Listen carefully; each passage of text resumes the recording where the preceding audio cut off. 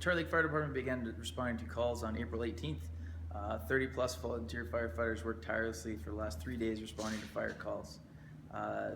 Crews have been on scene since Monday, April 18th at 4 p.m. No homes were lost in the Charlie Lake area, and there were no reports of injuries or fatalities. The evacuation order for Charlie Lake area has been lifted as of 1 o'clock today. There's still evacuation alert for the areas of Charlie Lake, and a local state of emergency is in order for electoral area C. The Charlie Lake Fire Department would like to thank Fort St. John for their mutual aid, as well as thanking the public for its support during this difficult time for the fire department. It's very challenging on the resources. A reminder that Category 2 and Category 3 open fires are prohibited through the Prince George Fire Center, which includes the regional district, and this will help prevent any human-caused wildfires and protect public safety. To receive the most update information on emergencies in the Peace River Regional District, subscribe to the Emergency Alert RSS feed. The subscribed feature is at the bottom right-hand side of the front page of the website at prrd.bc.ca. Excellent. Okay, so now going on to, for you personally, what was it like out there? Was it a different type of fire that you've come across before? Or? Yes, it was a very hectic wind-driven fire. We've never experienced anything of this magnitude before. Luckily, we were able to respond with most of our members. 30 plus members of our 33 members were able to respond, and the crews did a fantastic job. We're just fortunate that we have the resources that we had, and we were able to call upon extra resources from Fort St. John. They had 3 trucks with crews with them as well, and it's only because of Fort St. John and the resources that we were able to pull that we were able to have the outcome that we did, which was a very successful outcome. What was in getting the fire out, what was kind of what allowed you to do that? Was it just the fact, the sheer manpower, number of people you were able to put on it as quickly as possible? Yes, manpower. We had a lot of water trucks showing up, and that's always an issue with us. We don't have hydrants, so the public came through with water trucks, water on trailers. That was a key to the success as well. We're very thankful to everybody that assisted us. Big thank yous go out to the residents of Charlie Lake and our firefighters. Yeah. Okay. I was just gonna say, so you said no structures, no homes were lost. Was there outbuildings, anything like that lost? There were several outbuildings were lost. What we think is about 3 to 4 outbuildings were lost. We know a barn did go, some people's sheds. As far as everything, some cars and some fields were lost as well. Whether they were derelict or not, we're not sure. Going on to, you talking about staff earlier, and I wrote down something else I wouldn't forget. Are you guys fully staffed here? Or? No, we're a full-time chief and a full-time deputy chief. Currently, I'm the acting chief. I'm the only full-time member here.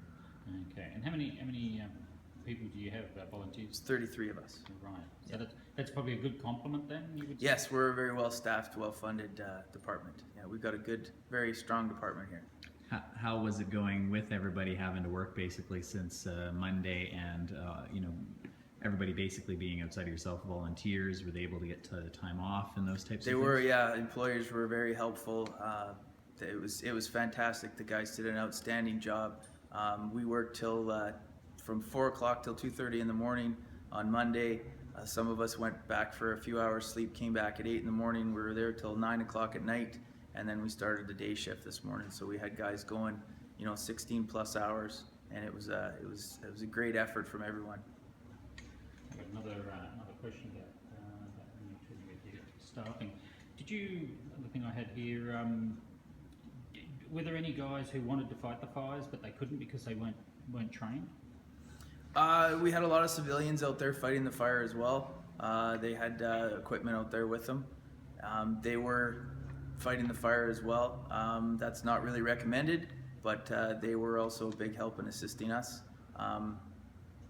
We just want to make sure that they're safe, so we would ask them to stay out of the danger zone, but they did what they had to do, and luckily we had a very, very good outcome in the whole situation. I guess that's the thing. Like, I was in Baldonald and here as well.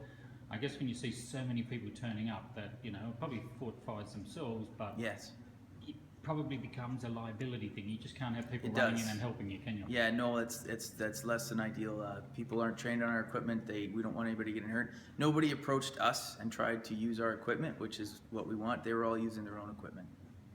You mentioned before you guys ended up having to fight not just this fire, but also some smaller fires as well too. So how did that? What were you fighting, and then how did that also kind of complicate the fact that you had that big one on Highway 29? We had the large fire that came from the end of the 283 road.